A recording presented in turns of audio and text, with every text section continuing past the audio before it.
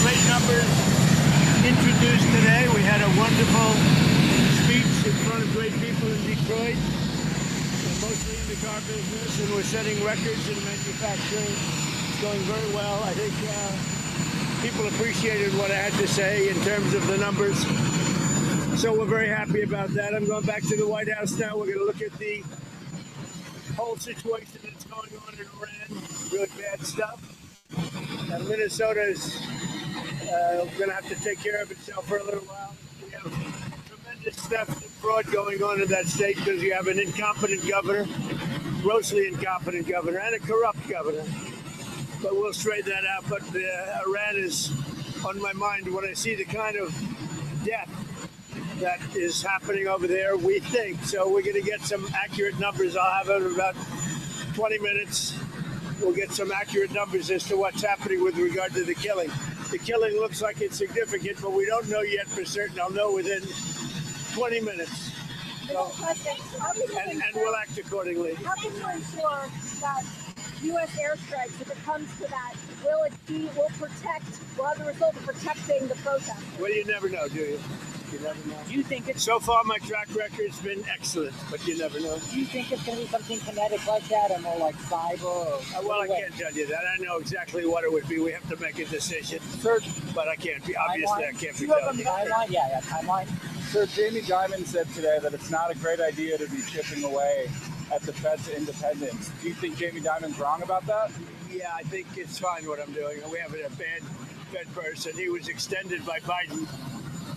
And yeah, I think he's wrong. I think it's wrong. He's done a bad job.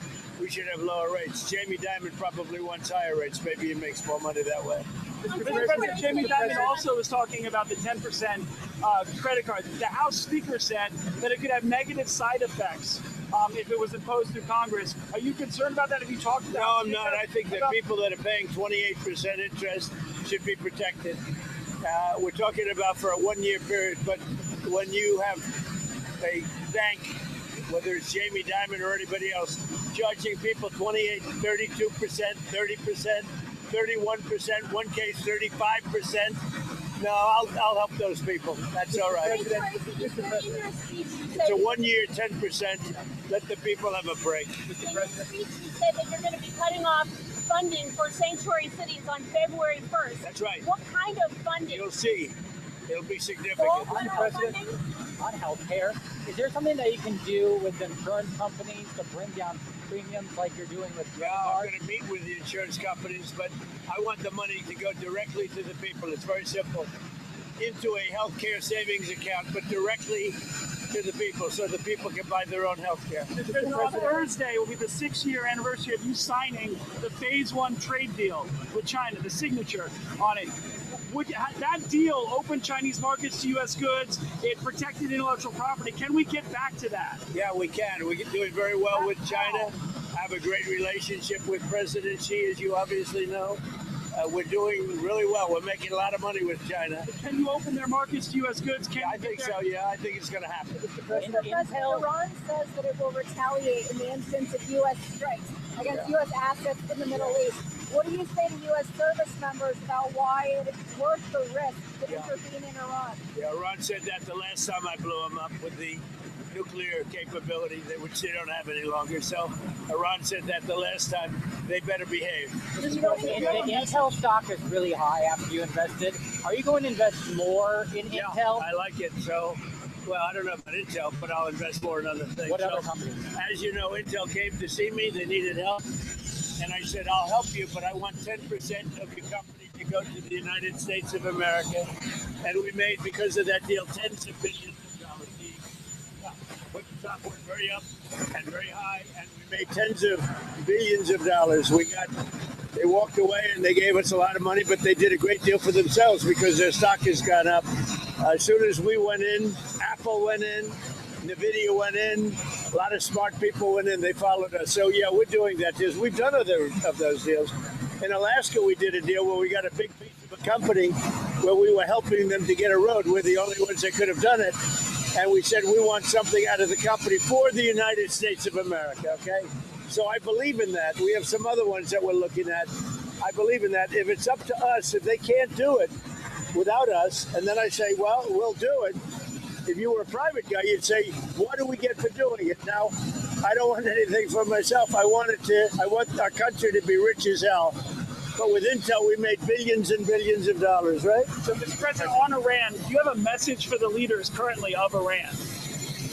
Yeah, the message is they've got to show humanity. They've got a big problem, and I hope they're not going to be killing people. And I'm going to have a report very soon. It would seem to me that they have been badly misbehaving, but that is not confirmed. So you mentioned the 1980 hostage rescue effort that ended in disaster. Well, it was a disaster for Jimmy Carter. They had all sorts of problems, and the helicopters were crashing and everything. You know what it was?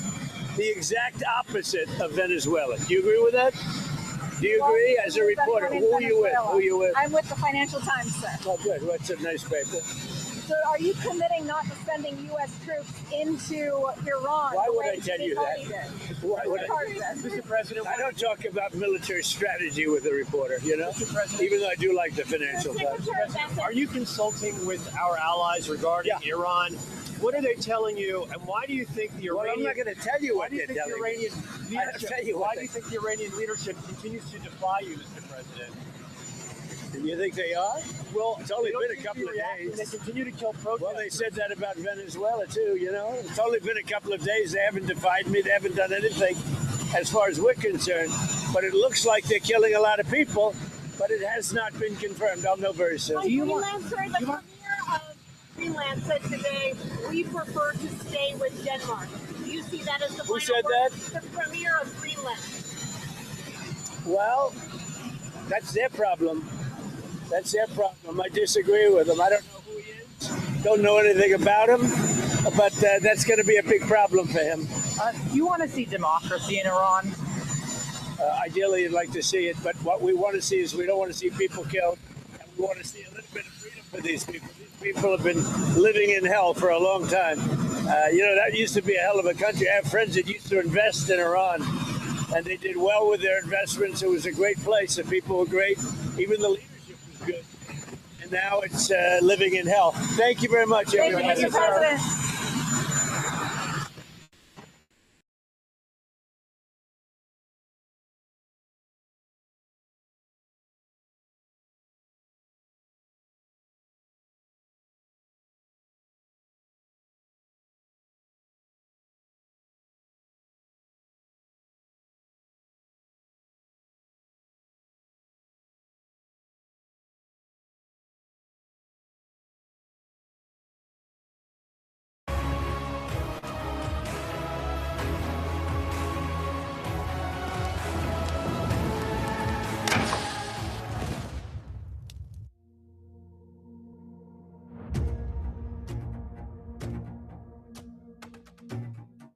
See, more money for me, not for the people.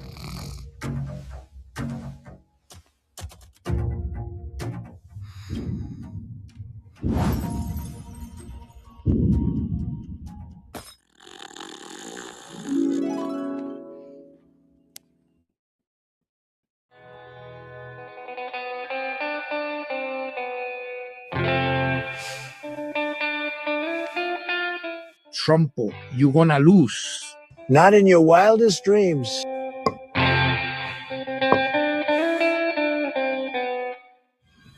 Checkmate, Nicholas. Nicholas. Nicholas.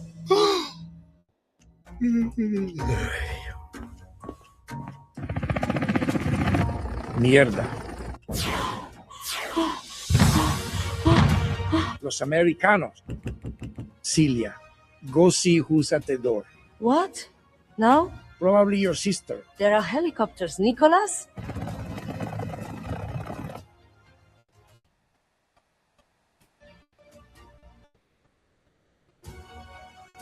Girl Scouts, maybe. Give me 2 boxes of Thin Mints. They are not knocking. Your sister has big knuckles. Just answer it. Freeze. U.S. Delta Force. Hands where I can see them. Seniors. They're not mine. My abuela made them, I swear. What is happening? That's her. That's my abuela. What? I'm your wife. Drop the empanadas. Never.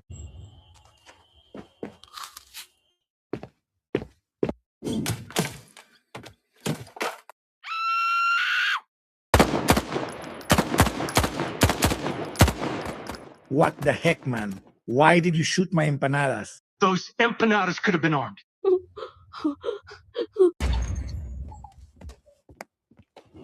Wait, before you take me, don't forget to subscribe. Hit the bell, like, and comment. Smash that subscribe button. What is he talking about? Dictators are weird, man. Maduro, Nicolas, how are you? Good flight? I heard the Iwo Jima was very nice. Iwo Jima, 2 beautiful words. Means made in America. Beautiful ship. Don't call them boats. Learned that early in life. They're ships, Nicholas, not boats. Though the Love Boat was a cruise ship, and personally, I would have sunk it. Not a Steuben guy. His ship wasn't run tight enough. Would you like the pleasure of seeing me now, Nicholas? Just a moment, Nick. Ouch, my mustache. You ripped off my mustache. Wait, hold on. This was real? Unbelievable. There's blood and everything. Wow. That's a tremendously authentic, not fake mustache. This I can tell you. You ripped it off my skin, Senor Trumpo. Want a tissue? Actually, no, you don't get tissues. You're a narco-terrorist. Narco-terrorists don't get tissues. That's the rule. Did you know that? The Trump tissue rule. Passed Congress 600 to nothing. Very strong rule. Important rule.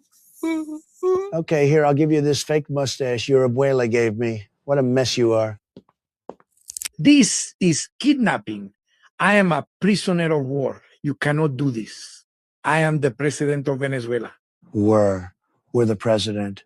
Past tense. Now your inmate number, what's his number? 47829. See, you're a number now. I guess your new Spanish name is 47,829. You messed around, Maduro. And now you found out. See this book? My book, #1 bestseller. You should have read it.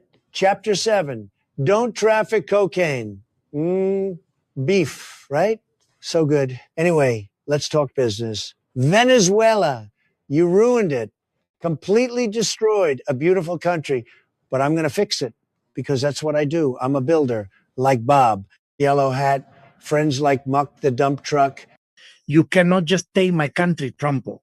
Done, DeLuise, amigo. It was easier than finding an open slot for your kid at a Minnesota Somali daycare. So what has 2 big, beautiful thumbs and all the oil? This guy 303 billion barrels. You know how many times you could go over Niagara Falls in 303 billion barrels? 303. Bingo! Gas prices, Nikki. Finally, gas prices are going back down. Some say as low as 30 cents a gallon or higher. It's going to be beautiful. Like Melania, who has a new movie coming out, by the way. I believe it's called Melania. We'll check on that. Tremendous reviews coming in. That oil is ours. Was yours. Was. You still don't understand the concept of past tense, Nick. Should have went to Wharton like I did. They teach past, present, future, and extra future tense. Not many people know that. And now that oil is ours, America's. We're going to drill it, refine it, sell it, make trillions with a T, as in Trump. Me, the man who drank your milkshake. This is imperialism. No, this is business and also justice. You've been indicted since 2020, Nick, narco-terrorism. We've been very patient. Some say too patient. In fact, I've had some of the finest animal trainers in the world come up to me and say, "Sir, please teach me how to be so patient."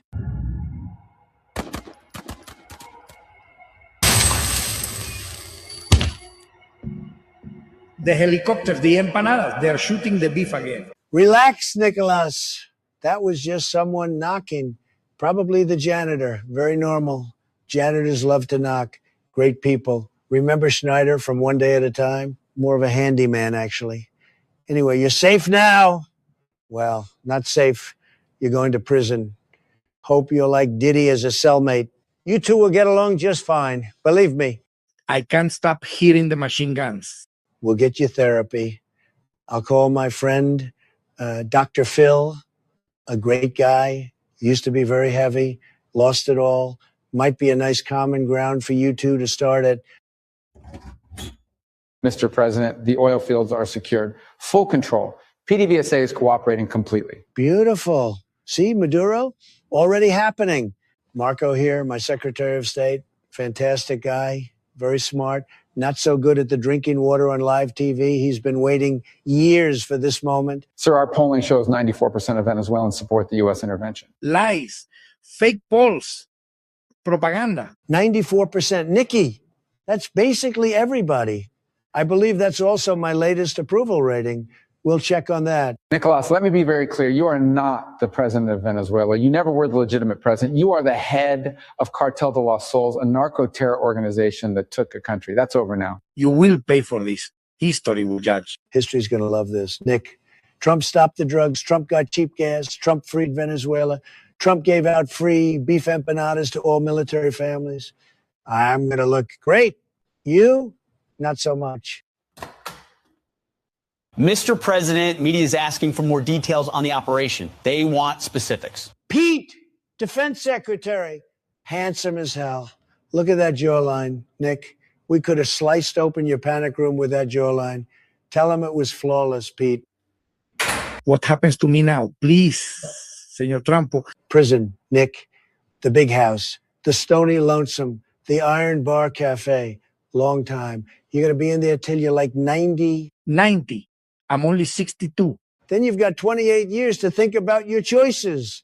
See how fast I math that math, Nick? Seconds?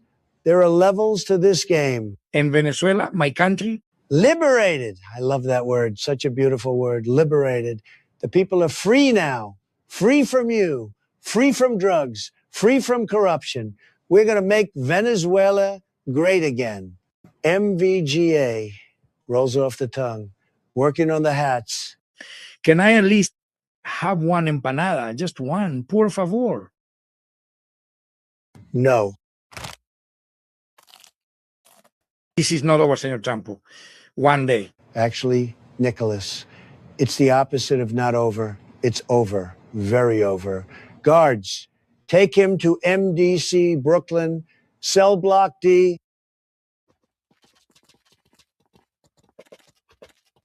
My empanadas, my mustache, my country, my dignity. If this was Jeopardy, the category would be things you have lost forever, and the host would be Trebek, not that new guy. He's a disgrace. Ken Jennings. Wish he was your cellie, as a matter of fact. That means cellmate Nick. A lot of people don't know that. I'm a prisoner of war. Geneva Convention. I demand a lawyer. You'll get a public defender. Very affordable. Very talented. I picked him myself. Went to the finest university in the land, a little school called Trump U, the Harvard of online universities.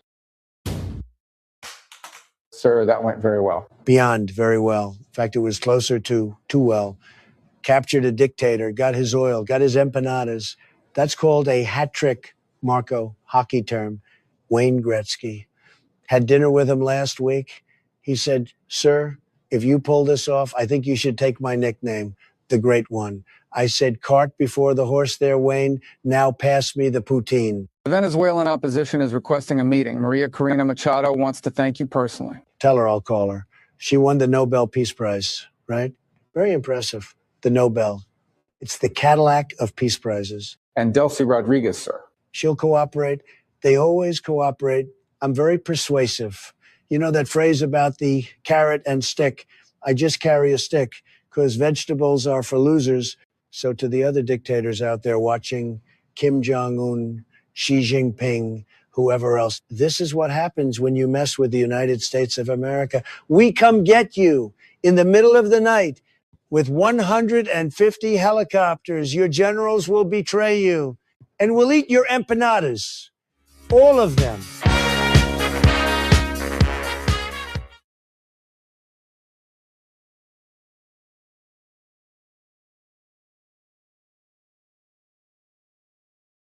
So we have the grossly incompetent governor, Tim Walz, here.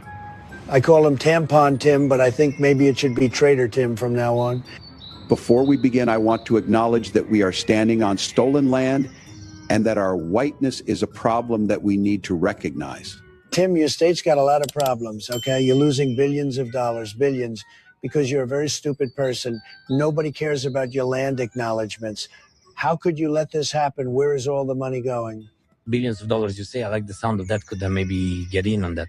Have you even said thank you to the United States for all that we have already given you? I will say thank you, but I think that if you don't give me more, you will feel bad. Don't tell us how we're going to feel, okay? We're going to feel very good and strong. We feel so good that people can't even believe it. Just look at JD. He looks like Ulysses Grant with that beard, a great war hero, much like me, because I've settled so many wars. Yours is giving me more problems than I thought, maybe because you're not playing your cards right.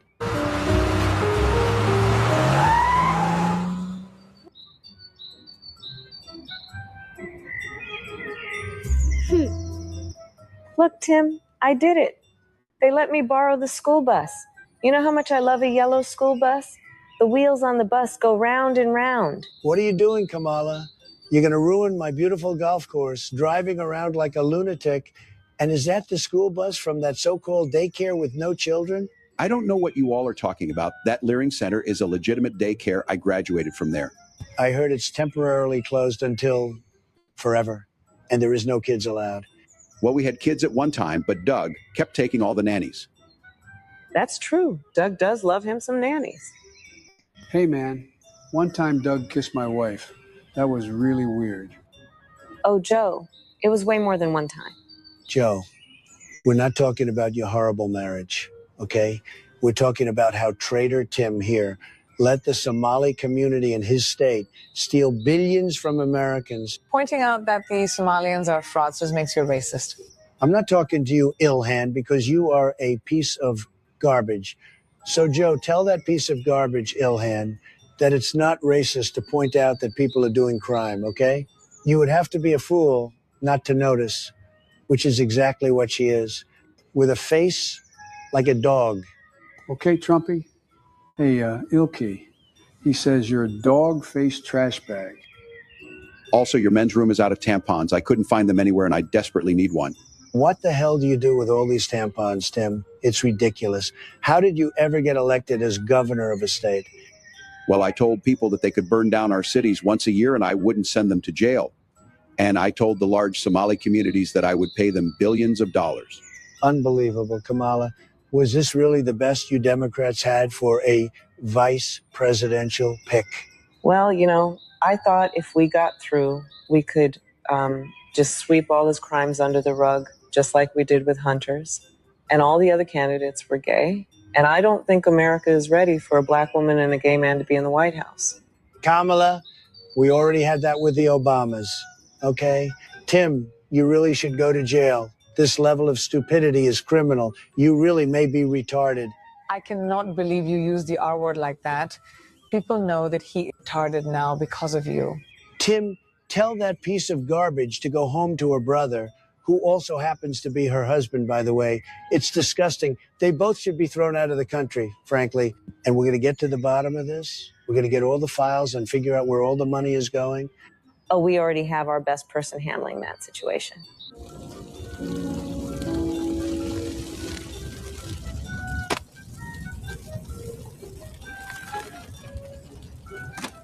Clearing Center, huh?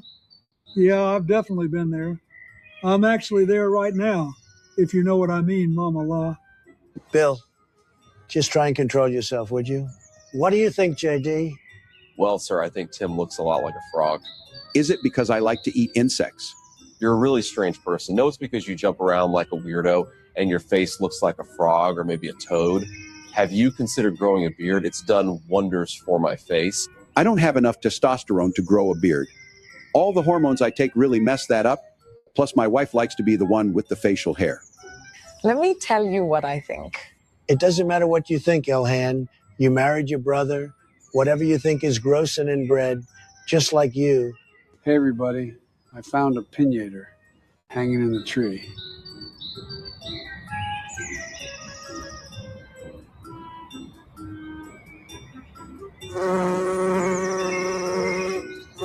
That's not a piñata, you lunatic.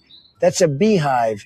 And all the nannies are busy with Doug, so there isn't anybody to help you if you, very stupidly, get stung. This whole thing is crazy.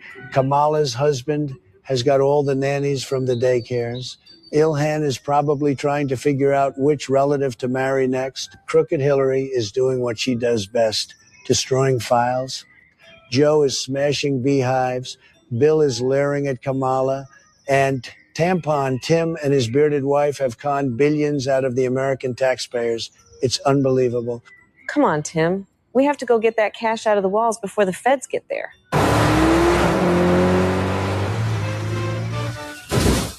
Also, very importantly, we want to thank our newest members, Patricia Lubking 2401 and Jeets Girl. Thank you very much. If you enjoyed this video and want to see more, head on over to Pacifier Politics YouTube page for more fun videos.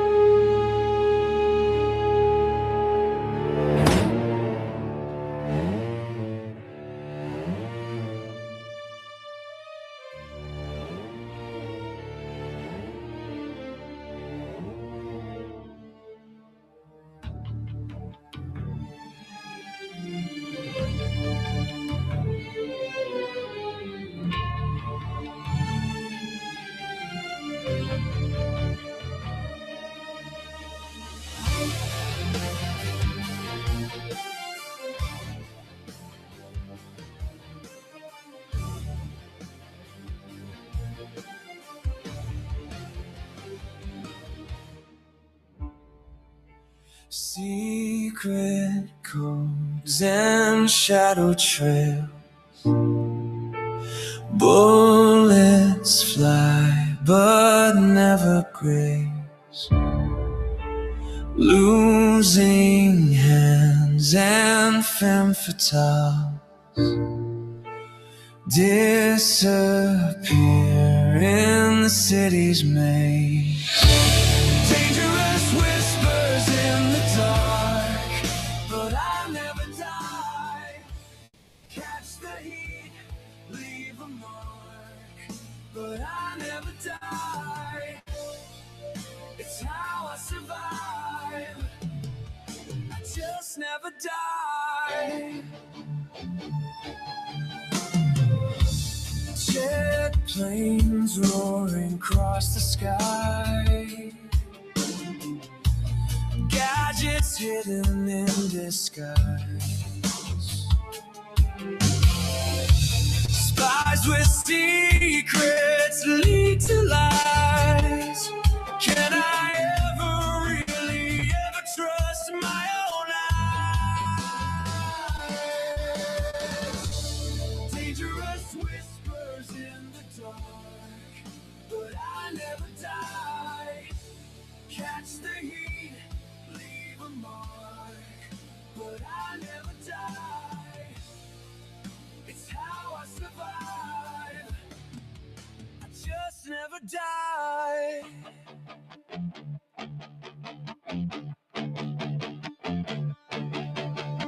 Shaken, not stirred in every bar. Chasers swoon, they see a star. Disappear before it gets too far. But I'm the job and I'll play the part. It's how I survive. I just never die.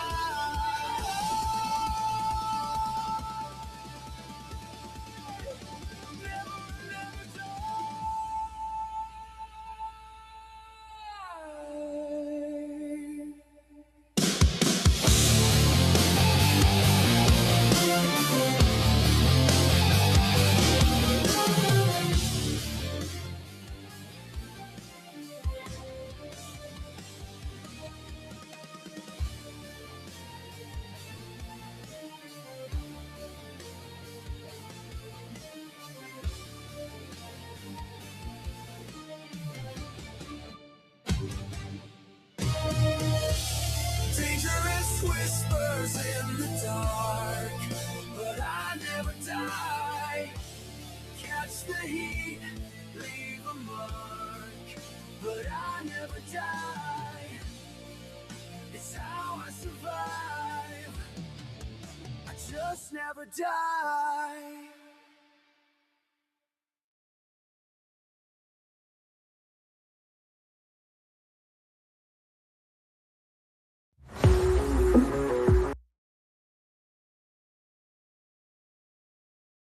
A group of protesters were run over on the highway today because they were standing on the highway. Their families are probably very sad. And protests in Portland today, the protesters are saying there are secret Nazis running everything, so being smelly and really, really annoying will make the Nazis go away. tonight, we sit down with our local women's rights leaders and we'll ask the hard-hitting questions like, what is a woman? Last night, we sat down with our local women's rights leaders and asked, how do we ensure men don't sneak in the club and claim what's ours? After being arrested and released 12 times for, quote, being an unfortunate victim of the system, but officially registered as assault, a local man is being arrested for stealing makeup from JCPenney. When asked why, he said bleep, blurp, borp, and then said free Palestine. Yesterday, they were protesting the Second Amendment, and today they are protesting a tyrannical government. Tomorrow, I hear they will be protesting logic. The United Nations has failed to prevent yet another war this year in Africa. In unrelated news, we're still paying the UN a lot of money. This is a joke, right? Yeah. A group of professional women athletes have signed a petition to let their male counterparts join their leagues as long as they state that they are a woman. The governor of Minnesota, known for his nickname Knucklehead, was caught gleefully laughing as his state pensions decreased in value today. And in other news, my wife left me today. She told me she needed to experience her Taylor Swift era. I don't even know what that means. Communist China and Soviet Russia won't let anyone eat in public and are forcing people to wear face curtains because of a new flu strain in their countries. Glad I'm American. The banks are really nervous about crypto. What the heck is crypto? I don't know.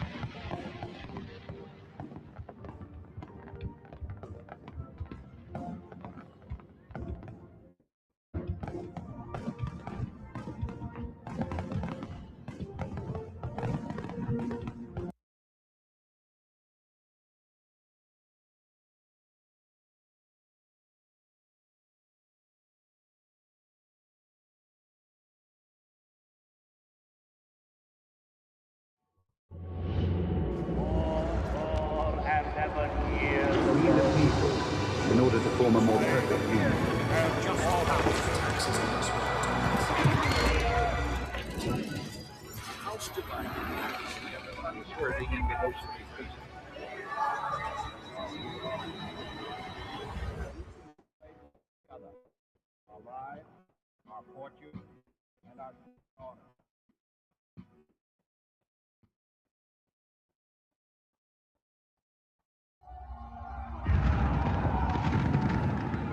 By September of 1776, the cause of independence looked bleak.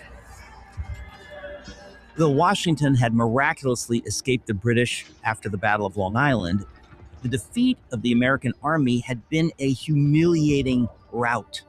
Washington had made a number of mistakes, and some began to speak about replacing him, whether with General Charles Lee or with Horatio Gates. And what followed in the next 3 months only confirmed this assessment. The worst of it came on November 16th, when American forces were defeated in the northern end of Manhattan at Fort Washington. Washington ought to have abandoned Manhattan entirely, but for some reason, he took the advice of Nathaniel Greene and left 5,000 men there. From across the Hudson River, through his spyglass, Washington watched their awful defeat. The Hessian mercenaries even bayoneted men to death who were trying to surrender. Knowing that the responsibility for it all fell on him was crushing. And a number of his officers saw Washington so overwhelmed that he turned away and wept like a child. 4 days later, Washington's troops were chased from Fort Lee, New Jersey. But at this point, Washington knew that he must fight differently, and he would. The plan going forward was to retreat with his remaining army south through New Jersey, never allowing the British to engage them in a full and open fight in which the British would have the advantage. It would be what Washington called a war of posts, in which he retreated and retreated, trying to wear out the British as he did so. If Washington and his men continued to retreat successfully, they would eventually make it to the Delaware River, which formed the westernmost border of New Jersey. They could then escape across the Delaware, where they would effectively be safe, having the wide river between them and the British, and also being able to keep the British from advancing on Philadelphia. So if Washington had any hope of reversing the fortunes of his Continental Army, he had to do it in the next few weeks. It really didn't seem like things could get worse, until Washington heard that General Charles Lee, whom he had again and again begged to come to his aid with his 2,000 troops, had been captured by the British. In fact, the British were so thrilled by this tremendous coup that General Howe decided it was time to call it a year and retire to winter quarters. The situation was that Washington and his ragged troops were huddled in Pennsylvania, and General Charles Lee, whom the British feared far more as a general than they feared the beleaguered Washington, was their captive. So, Cornwallis made plans to sail back to London to see his wife, and Howe went to New York, where he expected to spend the winter with his mistress. A number of Hessian troops would, of course, be stationed in encampments along the Delaware on the New Jersey side, just to keep an eye on Washington and his forces. But the British thought that the campaign for 1776 was over. Washington was simply so defeated at this point that there was little reason to worry about him. In the spring, the British could rouse themselves to end things finally, once and for all. It was around this time of deepest desperation that Washington knew he must do something. If he did nothing now, it really was essentially over for the cause of liberty and independence.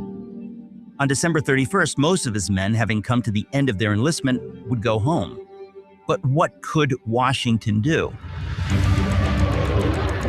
He would first of all take advantage of the overconfidence of the British, who didn't dream he and his exhausted forces would do anything dramatic at this point. He'd also take advantage of the fact that, in their overconfidence, they had scattered their forces in a line along the river that was perhaps a little bit too thin. For example, there were only 1,500 men at Trenton.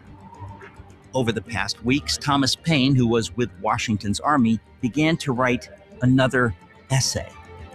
This new one, titled The American Crisis, began with the famous lines, "These are the times that try men's souls." The essay was so inspiring that Washington had it read aloud to all of his troops 2 days before the planned crossing of the Delaware. The exact plan was, in fact, for 3 forces to cross the Delaware. One force would cross many miles downstream to attack the Hessians who were stationed at Mount Holly in order to prevent them from coming to the aid of those he would be attacking in Trenton. A second force would cross the river right at Trenton to hold the Assunpink Bridge and prevent the Hessians from retreating. And the third and largest force, with Washington and his generals Greene and Sullivan, would cross the river north at McConkey's Ferry.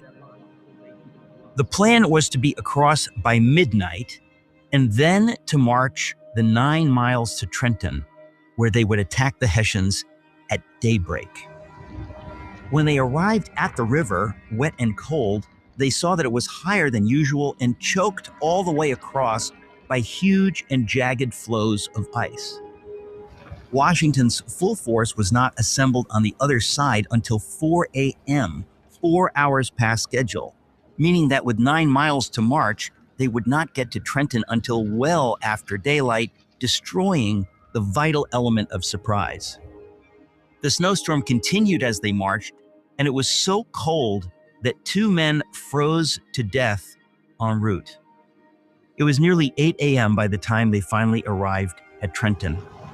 The snowstorm was still raging, so the Hessians were not expecting anyone to attack. When Washington gave Nathanael Greene the order to do so, the Hessians standing guard were overwhelmed and quickly retreated into the town. A few moments later, from another direction, General Sullivan's troops attacked. The Hessians could not have been more surprised.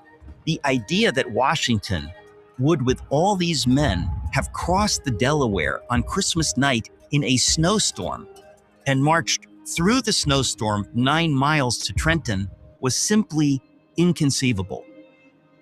So the Hessians tumbled out of their barracks and desperately tried to marshal a defense. But Henry Knox's artillery were stationed at the head of the 2 main streets and blasted cannon fire, clearing them immediately. The fighting moved onto the side streets.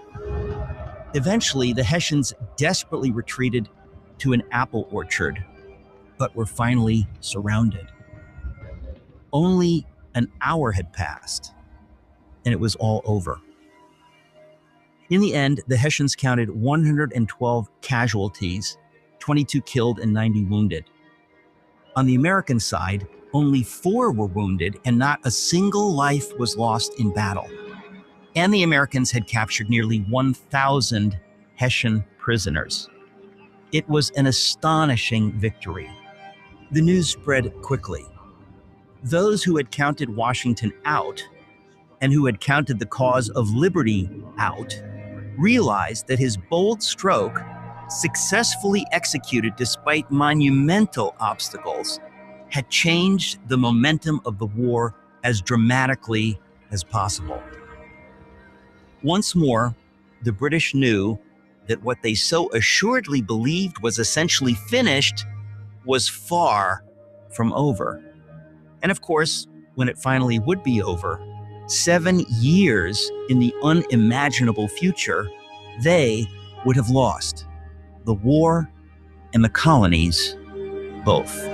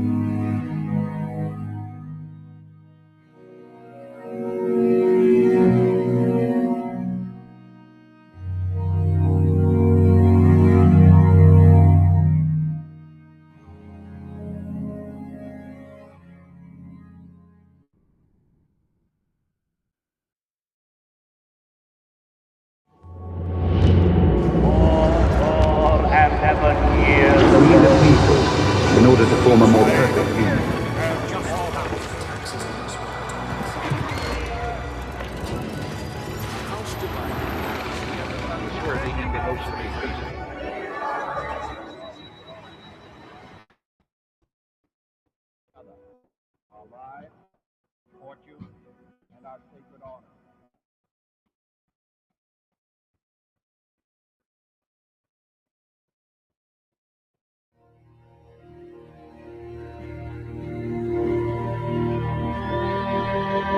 When we think of the American Revolution, we often think of the famous battlefields of Valley Forge and Saratoga, of muskets and Minutemen, of the Boston Tea Party, and Paul Revere's Midnight Ride. But there was another war, albeit one kept under wraps and waged in the shadows. But a war that was no less dangerous than the kind fought on horseback, as cannonballs whistled overhead. By November 1776, mere months after the signing of the Declaration of Independence, the Continental Army had endured heavy losses and a punishing string of setbacks in New York and New Jersey. In Long Island, roughly 1,300 Americans were killed, wounded, or captured. At Fort Washington, General Washington was forced to surrender roughly 3,000 men.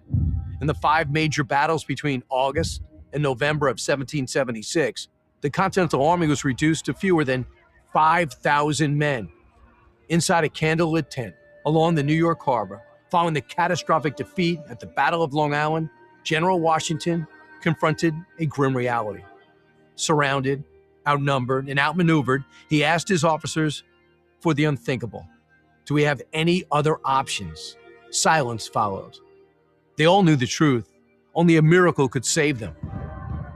In the months that followed, the mightiest military power in the world drove the beleaguered American forces from the New York region, pushing them through New Jersey and nearly to the brink of collapse. Supplies were scarce, spirits were low, and time was running out. In the winter of 1776, Washington's crossing at Trenton and Princeton were astonishing victories, but these achievements alone could not reverse the tide of the war. The British Army had captured New York, a critical stronghold for trade and transportation, and turned Manhattan into a fortress. New York, without exaggeration, is the pivot on which the entire Revolution War turned, said John Adams himself. You see that? And without the city, and without intelligence from inside its gates, We're going to be discussing milk and whole milk and how good it is, how nourishing, and these people all come from beautiful farms, have a wonderful life, and they're happier today than they would have been if we didn't sign this. So we'll be talking about that in a second. Will, could you read the first 2 items, and we're going to get going after that. We'll be talking about a couple of things. We have some news on Iran, which we're going to talk about. So shortly before you all came in, the president signed 2 executive actions. The first is the result of a Section 232 trade investigation into critical minerals supplies. What it does is it sets up a mechanism, a process by which the United States will seek to secure its international supply chain of critical minerals and critical mineral-derived products. The second is actually the result of another Section 232 trade investigation, this one into semiconductors. It sets up a 2-phase process. Under the first phase, semiconductors that are imported into the United States of America that are not then used domestically to build out our AI or computing architecture here will be subject to a 25% tariff. So, for example, semiconductors that were transshipped through the United States to other foreign countries would be subject to that 25% tariff. But those are 2 executive actions that the president reviewed shortly before you all came in. So they're going to sell chips, basically, and it's a chip. It's not the highest level, but it's a very good level, and China wants them and other people want them, and we're going to be making 25% on the sale of those chips, basically. So we're allowing them to do it, but the United States is getting 25% of the chips in terms of the dollar value, and I think it's a very good deal, great deal. We're taking billions of dollars, and they've done a fantastic job. But it's not the Blackwell or the Rubin; those are the 2 top. But it's a very good chip, and people want it, and we think it's in our best interest to do. And we have some other little things to talk about. Maybe we'll start that first. Should I start that first? I think they're going to want me to. I have a feeling they're going to want me to. We have been notified, and pretty strongly, but we'll find out what that all means. But We've been told that the killing in Iran is stopping. It's stopped. It's stopping. And there's no plan for executions or an execution or executions. So I've been told that on good authority. We'll find out about it. I'm sure if it happens, we'll all be very upset, including you will be very upset. But that's just gotten to me, information that the killing has stopped, that the executions have stopped. They're not going to have an execution, which a lot of people were talking about for the last couple of days. Today was going to be the day of execution. And another piece of information that I think is very important is the leaker has been found and is in jail right now. And that's the leaker on Venezuela. And a very bad leaker. So there could be some others, and we'll let you know about that. We're hot on their trail. But the leaker has been found, and the leaker's in jail. And will probably be in jail for a long time. Let's see what happens. So we'll let you know. We'll keep you apprised as to what's going to happen with that. And I want to thank all of the incredible people behind me, political people, both Republicans and Democrats, because they like whole milk. Whether you're a Democrat or a Republican, whole milk is, right? That's a great thing. The senator was in the office many years ago. It feels like many years ago, but quite a while ago, right at the beginning of my first term. Yeah, with Elijah Cummings. Right, with Elijah, a very good person. You and I had a good relationship with him. At that time, I think you were a congressman, and you've made a lot of progress. You've done very well. Some would disagree. I don't disagree. I think you've done a great job. But it's great. It's great to have you here again. Appreciate it. So today, I'm delighted to sign the Whole Milk for Healthy Kids Act into law, which is a very important thing for our farmers, and I think maybe more important for our people, right? The people that drink milk. This is the first bill signing of the new year, and it will ensure that millions of school-aged children have access to high-quality milk as we make America healthy again. I want to thank Secretary of Agriculture Brooke Rollins, who's behind me, Secretary of Health and Human Services Robert F. Kennedy Jr., Senators John Boozman and Mike Crapo, Roger Marshall, Peter Welch, as well as Representative G.T. Thompson and Tim Walberg, all great people. Also with us today is USDA National Nutrition Advisor Dr. Ben Carson, my friend for a long time. We went head to head, and it was not easy going head to head with Ben. He's like, he still looks good. That's because he drinks a lot of milk. And some of our nation's wonderful dairy farmers and their children. They'll be farmers for a long time, we hope. As it currently stands, schools participating in the National School Lunch Program are only able to offer students low or non-fat milk options. That was changed during the Obama administration, and a lot of people disagreed with it at the time. With this legislation, schools will finally be able to expand their offerings to include nutritious whole milk. It's actually a legal definition, whole milk. And it's whole with a W for those of you that have a problem. Most of the media will get that. This is the perfect follow-up to the new real food pyramid, and Secretary Kennedy and Secretary Rollins announced that last week. You probably heard. This legislation also allows parents to directly request a substitute for milk for children with dairy intolerance.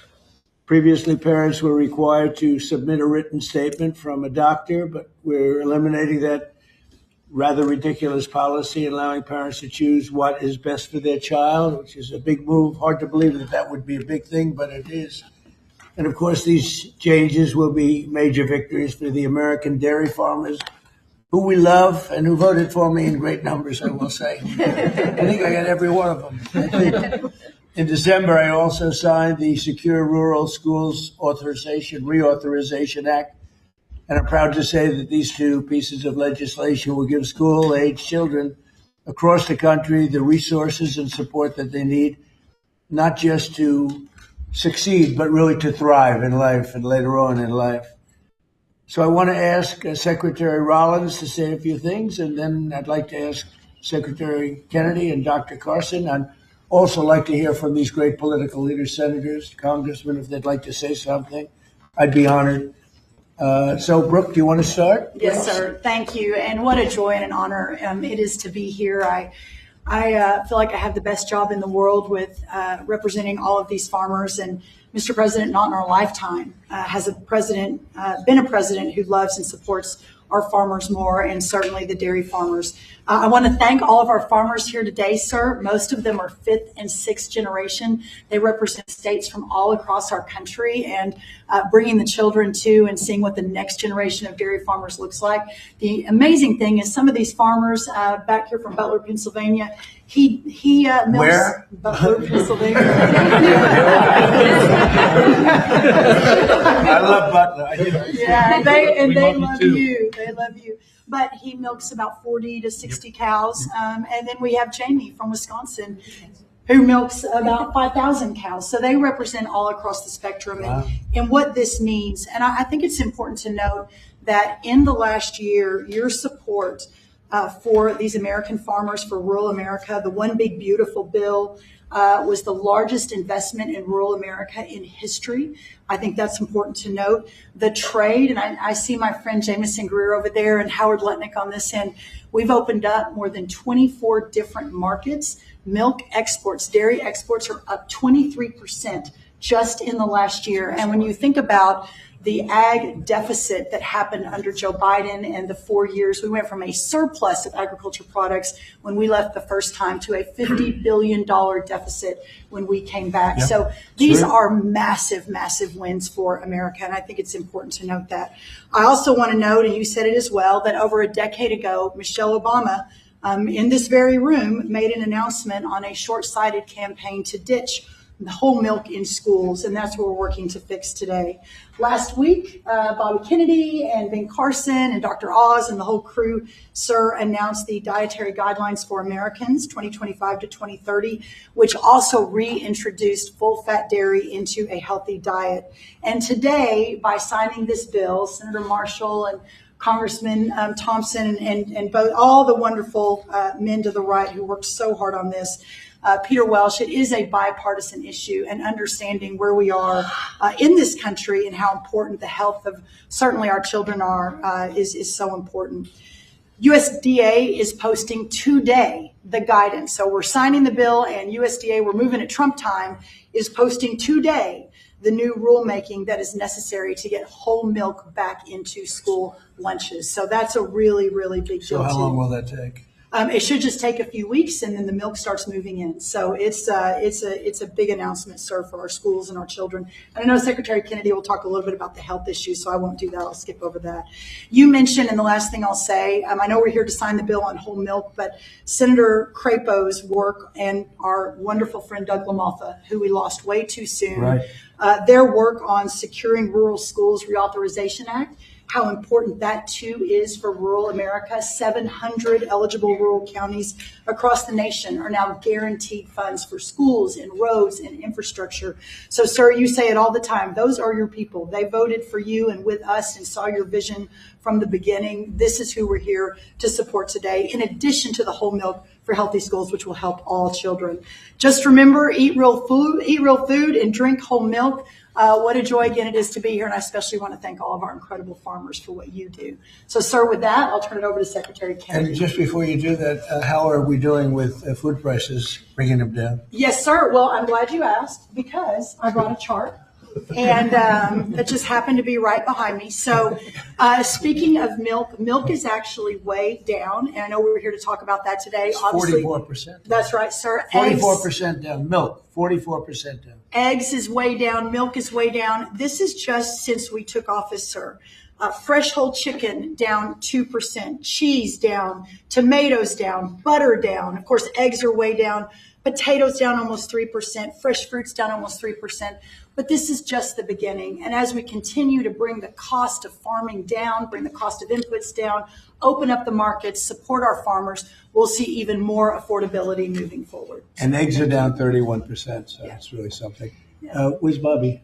Bobby's right here. I'm going to sit there. Right here, Mr. President. Go ahead, wherever you want. Go ahead. Good to see you. What do you like, Bobby? And I want to echo what Brooke said about finally having a president that sees the alignment between farm prosperity, good food policy, and the health of our children. These are common sense associations.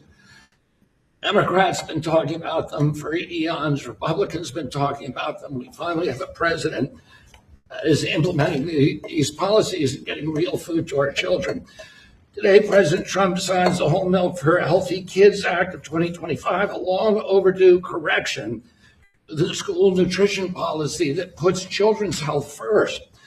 For years, Washington treated fat, especially saturated fat, as the enemy. It made a war on saturated fat. This is the peacetime president. He made it 8.5 deals ending wars, and he's also ended the war on saturated fat. As a result, whole and 2% milk disappeared from school menus, even though science has never shown that whole milk harms children. Evidence increasingly shows the opposite.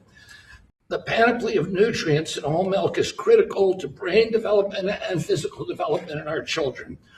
Whole and 2% milk provide 13 essential ingredients critical for growth, development, immune system function, and overall health, including protein, calcium, vitamin D, and healthy fats. Yet since these milk options were removed more than a decade ago, school milk consumption and meal participation have declined dramatically.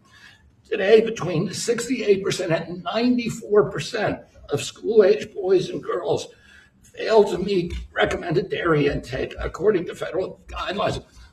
When schools limit milk choices, the kids do not move to healthier substitutes. They move to caffeinated drinks, to sugar drinks, and to sweetened beverages with little or no nutritional value and the potential to wreak havoc on metabolic health, which is driving the chronic disease epidemic in our country. During the same period that whole milk was regulated out of lunchroom, rates of childhood obesity and diabetes rose significantly. Removing whole milk did not improve health, it damaged it. Thanks to President Trump's leadership, this law fixes that mistake. It allows schools in the National School Lunch Program to offer whole, reduced fat, low fat, or fat-free, flavored or unflavored, organic or conventional. It restores choice to schools, parents, and students, and encourages consumption of nutrient-dense foods that kids will actually drink. The law also removes unnecessary bureaucracy by allowing parents or legal guardians to request milk substitutes without the necessity of involving a doctor. And it corrects a flawed technical rule by excluding fluid milk from saturated fat calculations that distorted school menus. Milk fat is not junk food. Treating it that way undermined nutrition and ignored the science. Last week, Secretary Rollins and I unveiled President Trump's new food pyramid and updated our dietary guidelines with a clear message: eat real food.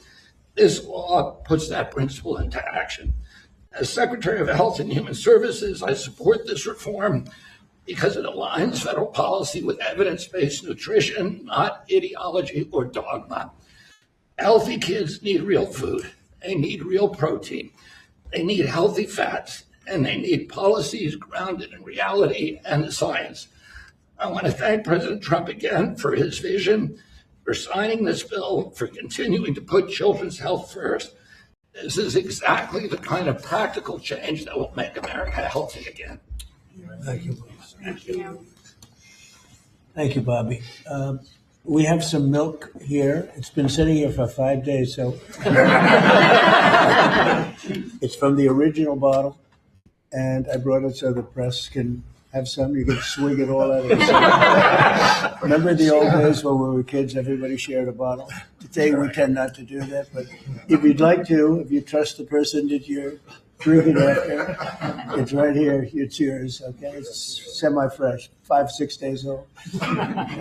Thank you. So Ben Carson, special man, knows a lot about health. He looks better than ever. So Ben, how about it? Well, thank you, Mr. President. Thank you for being interested in the health of the people. It's made a big difference in facilitating an atmosphere where the agencies can work together Secretary Rollins, Secretary Kennedy, Marty McCary, Dr. Oz, the whole group, every week at least meeting once to talk about these things, and it's made a big difference.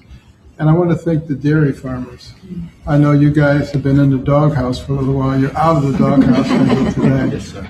And, whole milk is a wonderful beverage. Good protein. We talk about real food. It is real food. Healthy fats, important nutrients. You look at vitamin D, you look at calcium, phosphorus, the things that are absolutely essential for bone development and for teeth. But as a neurosurgeon, the thing I really like is with the brain, what it does for the brain. The brain starts to develop right after conception and adds millions of neurons every single day. Continues to do that right up until the mid to late 20s. Now, it's important what that brain is getting during the development.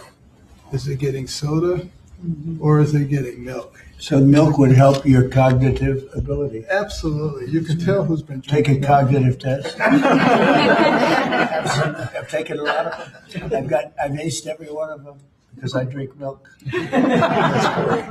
It's good for it, and it shows. Do you consider there to be a big difference in taste between what you are having and this is just, it just looks so good sitting there, right? Yes, sir. It looks better. Tastes thick. Go ahead, Ben. Sorry to interrupt you. When you go to school and you give the kids milk, real milk, they love it. When you pour the stuff that looks like, dish pan water, they don't particularly want that. It doesn't taste good either. So this is a great day. It's only a part of what's happening with our emphasis on health. Our longevity has been going down, and other industrialized nations it's been going up. It's because we haven't been paying attention to this. That has changed, and we want to thank you for your leadership. Well, thank you very much, Ben. Appreciate it. Appreciate all you've done, too, for the country. I'd like to ask a few of our senators to say a couple of words. Maybe we should start with the Democrat in our midst. What do you think? Peter Welch. Peter Welch. And Yeah. Thank you very much for being here, Peter. No, thank you. Our dairy farmers are so vitally important, and they have a way of life that transmits from one generation to another. And it's tougher than ever for our dairy farmers in Vermont, our dairy farmers in Pennsylvania, and others, South Carolina, are here. But they're the lifeblood of the community. Nobody works harder, and nobody does things that are better for our nutrition. And also for our kids, I'm in agreement. The kids having access to healthy milk is really good milk, whole milk, is really good for them. And one of the things that I get very excited about, that really the Vermont farmers talked about, is they have their milk from their farm that then goes directly to many of our schools. And then kids come out to the farms and start seeing how milk is made, what farming is about. That's good for America. It's not a party deal. This has been a bipartisan effort. I appreciate working with my colleague, Senator Marshall, who did a great job, and JT when I was in the House. And Tim, thank you. Thank you, Peter. It's got to be like a 90-10 issue, another one of those things. It's good to have you on our side. But it's a great issue, and it's a great thing to do, and we're very proud of it. We're very proud of our farmers. Senator, do you want to say a few words? Sure, I'll be very brief. We all want to see you sign this bill. But I really appreciate you and Brooke bringing up the Secure Rural Schools legislation.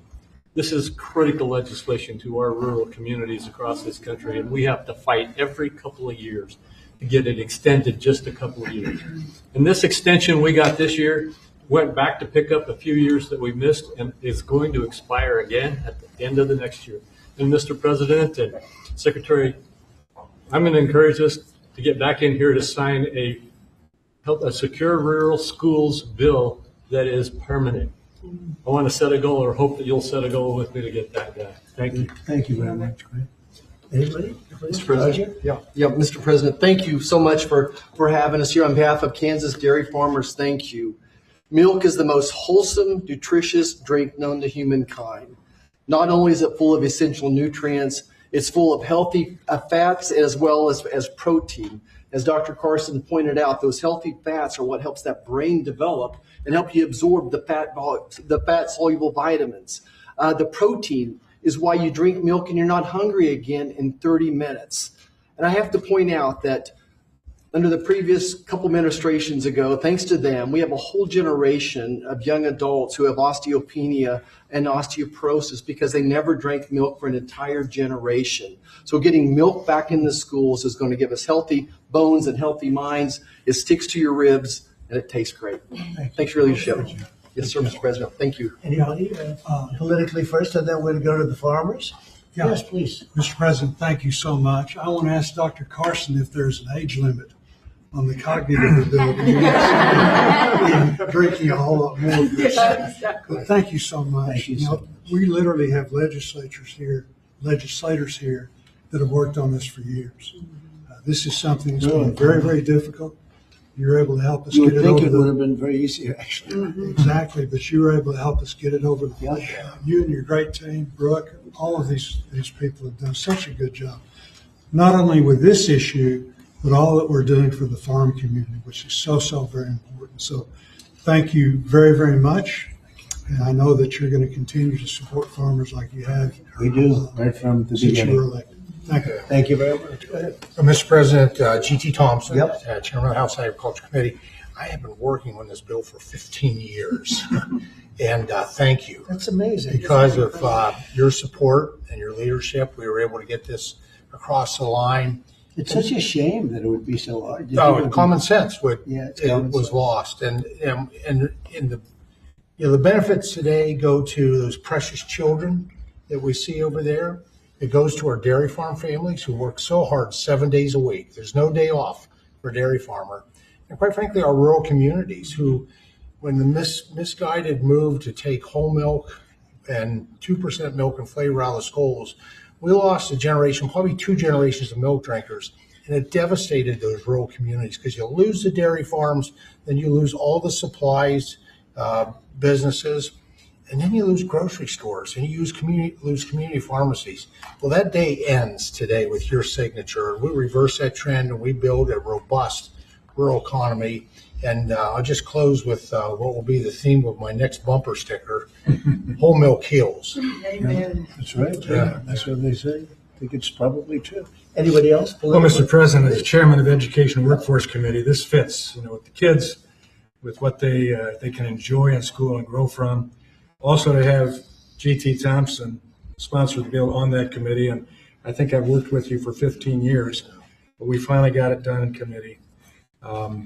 This makes an impact for education, for our workforce, the health that's there, and the reality of what this farming industry does. I live in the most diverse farm district in Michigan. Thanks for coming to Michigan yesterday. It was great. And my kids were raised on, it's legal now, raw milk, taken right out of the bulk tank. And my oldest son became a Pulitzer-nominated journalist for the Chicago Tribune, and I think the milk did it, right? Then I have the benefit of Dr. Carson being a graduate of Andrews University in my district. So all of that goes together. Thank you for signing this. It'll make a difference. Great job. So how about a couple of the farmers? Would anybody like to speak? Would you like to? You want to just say how great milk is? It's so amazing.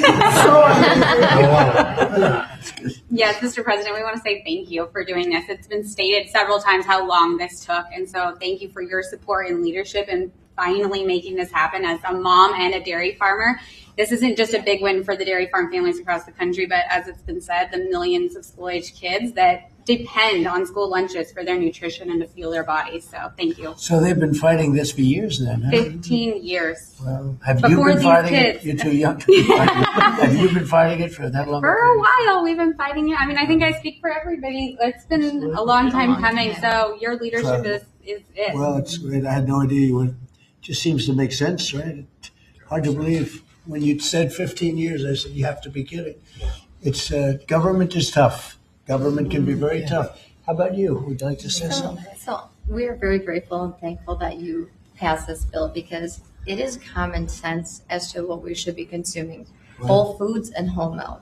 Unfortunately, that has not been the case for a few years. But research shows and our MAHA movements have been taking the right steps to make America healthy. And our children are growing into active teenagers and athletes. And what do they need? They need strong bones. They need the energy. They need the healthy muscles. And so we are so grateful that the science is there and we are actually at the right point in the right step, making sure America is healthy. So we are very thankful. It's so great. I look forward to getting it all the time. Sometimes I open a refrigerator, I say milk with rice and milk with water and milk with everything. And I say, what kind of milk is it? That's what I like right there. That's great. Thank you very much. Please, ma'am. Hi, my name is Patrice Anwuka. I am the Center Director at the Independent Women's Forum. I work on economic policies, but I'm also a mom of boys. As you can see, this is Jesse. Jesse, you want to say your name and age? My name is Jesse. I am 6 years old. I am 7 years old. I want to be an engineer when I grow up. I am a first grader. I also know where does milk come from. Good job. Where does it come from? So first farmers milk it, and then next they put it into a coal tank, and then they to take the germs out, they put it very hot, and then they put it back in the coal tank, and then they haul it to somewhere that is cold in a big refrigerator. What, that is unbelievable.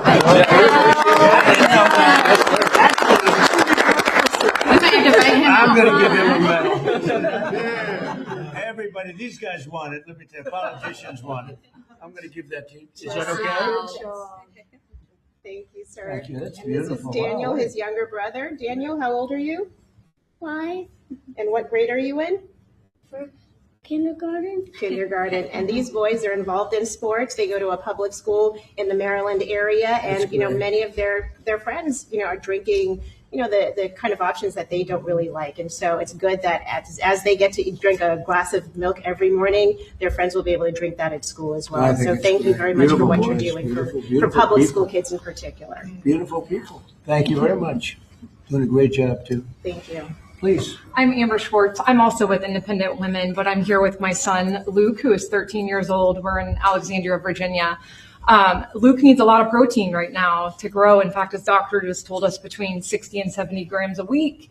And I can't feed him a whole chicken every day. So supplementing with milk is really helping us. Unfortunately, at school, they've offered skim milk and chocolate, and he does not like either. And so he has been turning to the juice boxes and other drinks that have sugar.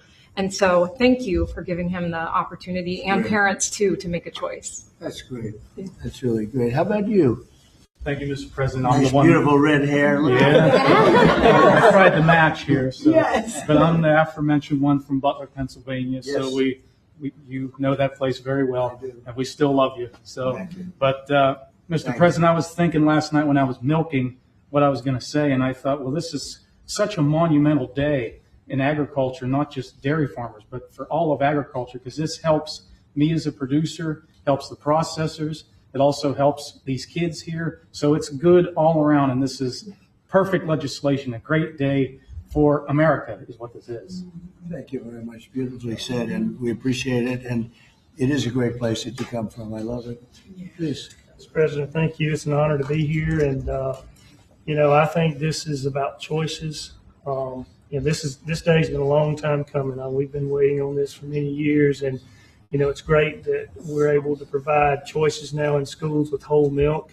Well, thank you for that. And thank you for everything that you do for the dairy industry, that us dairy farmers produce valuable nutrients every day for consumers. So you're going to need to produce more milk because you're not mixing it up with all sorts of things, right? That's right. That's great. It's a big. How much of an increase will that be? Do you have any idea?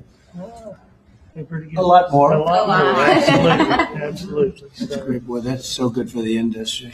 Absolutely. Hard to believe you had to wait so long. Yep. So thank you. Would you like to say Mr. President, I'd like to thank you again for your support behind this, and the gentleman standing behind you. Like you said, we worked 15 years on it. I advocate for our industry a lot out in the community, and I know I've been into high schools, I've been in middle schools where the students want milk. I did a taste test one time at a high school where we gave them whole milk versus the skim milk their school was giving them. The kids love the whole milk.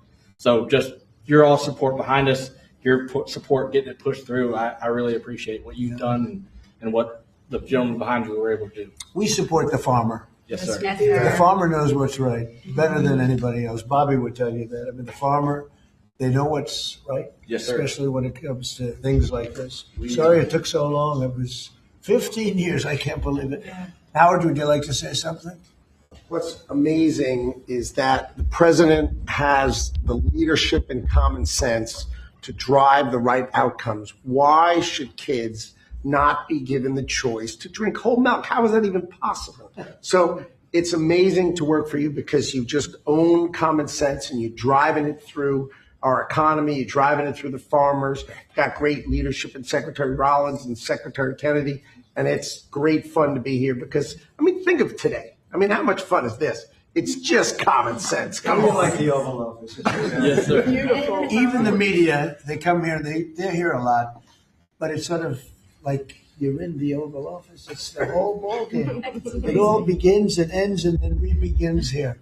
There is no place like it, right? Yes, Isn't that exciting? There's no place like it. If you love the country especially, there's no place like it. So thank you. Thank you, Howard, very much. So let's sign it. Should I sign it? Yes, sir. Your last chance. I can. We could go another 15 years. Right? Let's do it. Do it. You go stand right there. Come on. Yeah. We have to do a good one here. This is right? Yes, sir. This is an important one for me.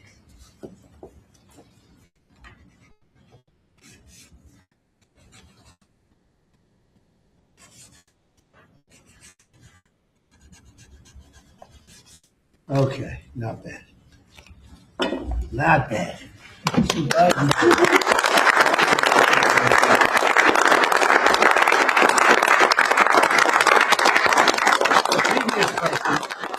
Which signed by other pen. So you can never make a mistake. They made a lot of mistakes.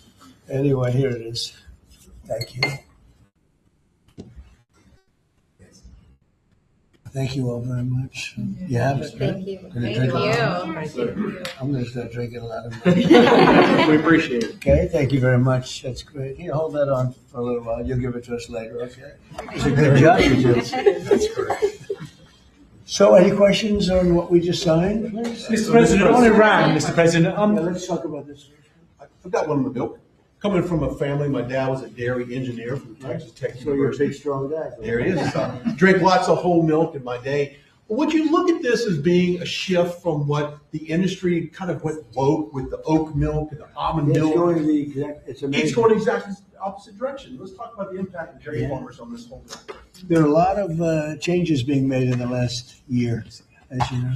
We're still a little bit less than a year. I think there's probably never been a year like this for a president or for a country. We have tremendous success. We've had success with everything we've done.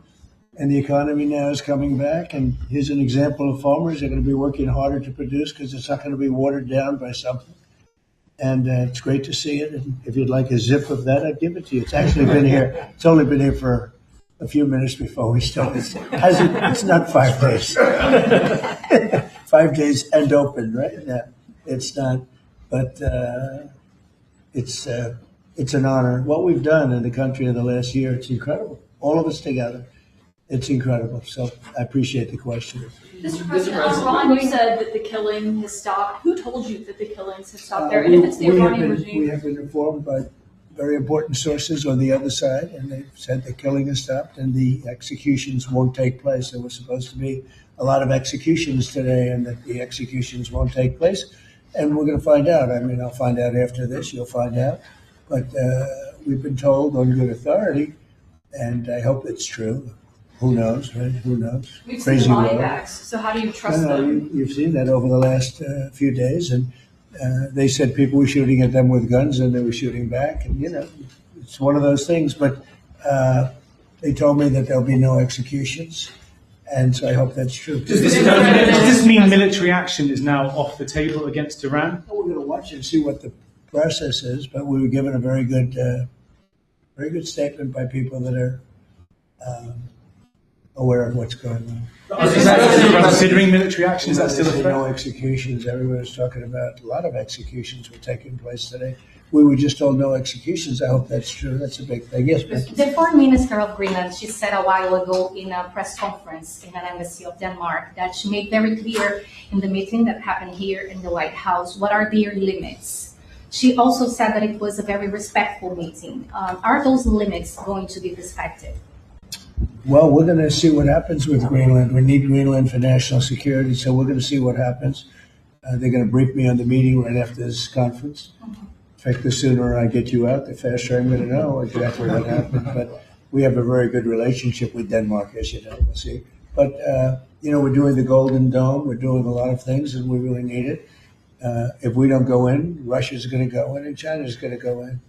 And there's not a thing that Denmark can do about it, but we can do everything There's about it. no more than what they can do than Well, we're going to see. I mean, look, we're going to see what happens, but we need it. I'm not the first one. This was talked about by President Truman, and 40 years before President Truman, they were talking about it. They've been talking about this for 100 years. This is not anything so new. A lot of people don't realize that, but this was a hot subject. Probably not as hot as it is now, but it was a hot subject for a long time. We need it for national security, and that includes for Europe. And I spoke with, as you know, Mark, the head of NATO, and he really wants to see something happen. It's It's being reported that Health and Human Services released frozen funds to Planned Parenthood.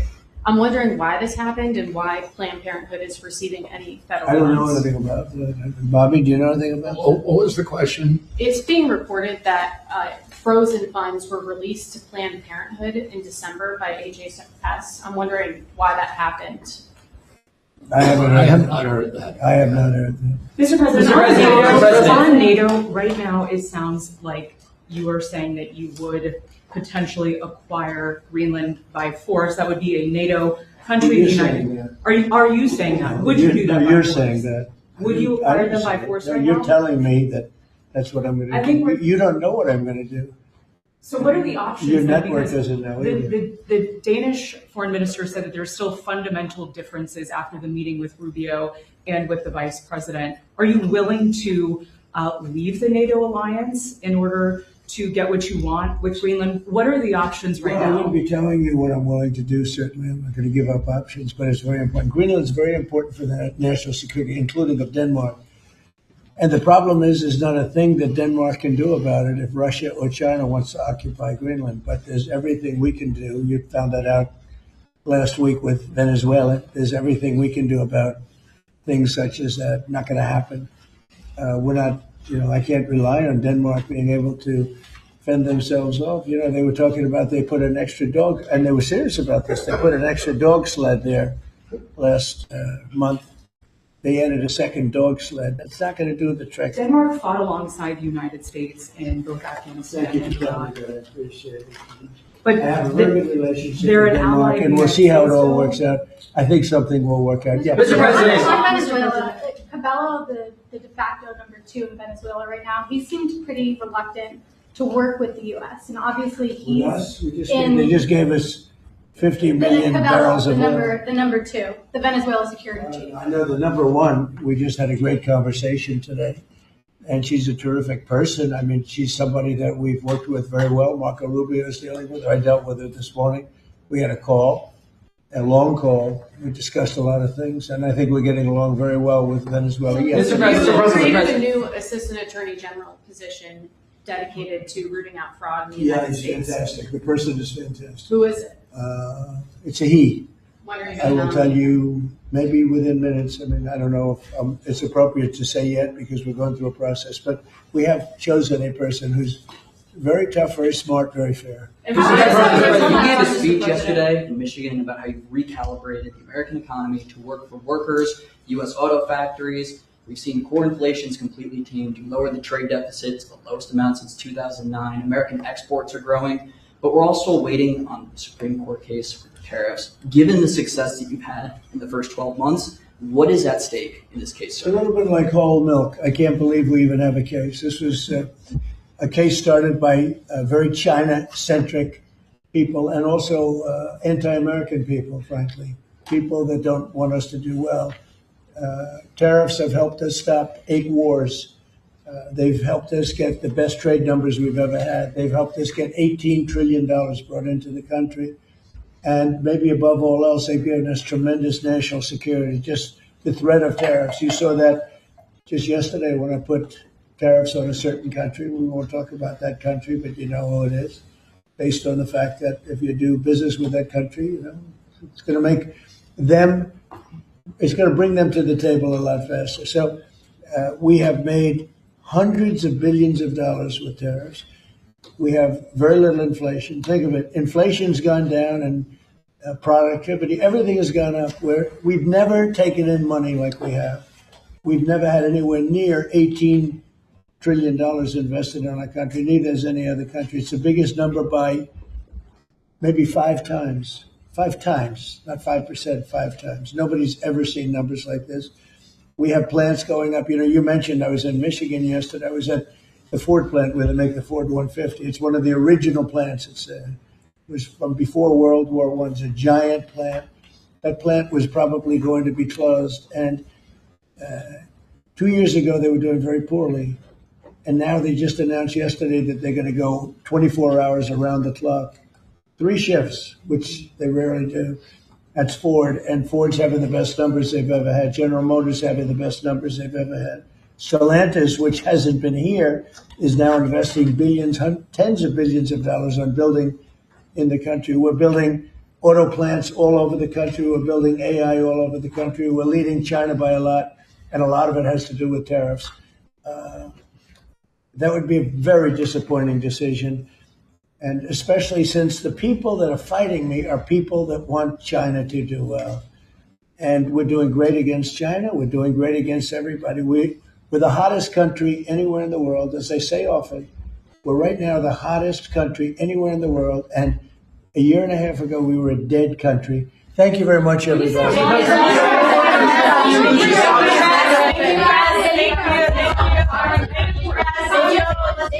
We're done. Let's go. Thank you. Cameras, move, please. Thank you, guys.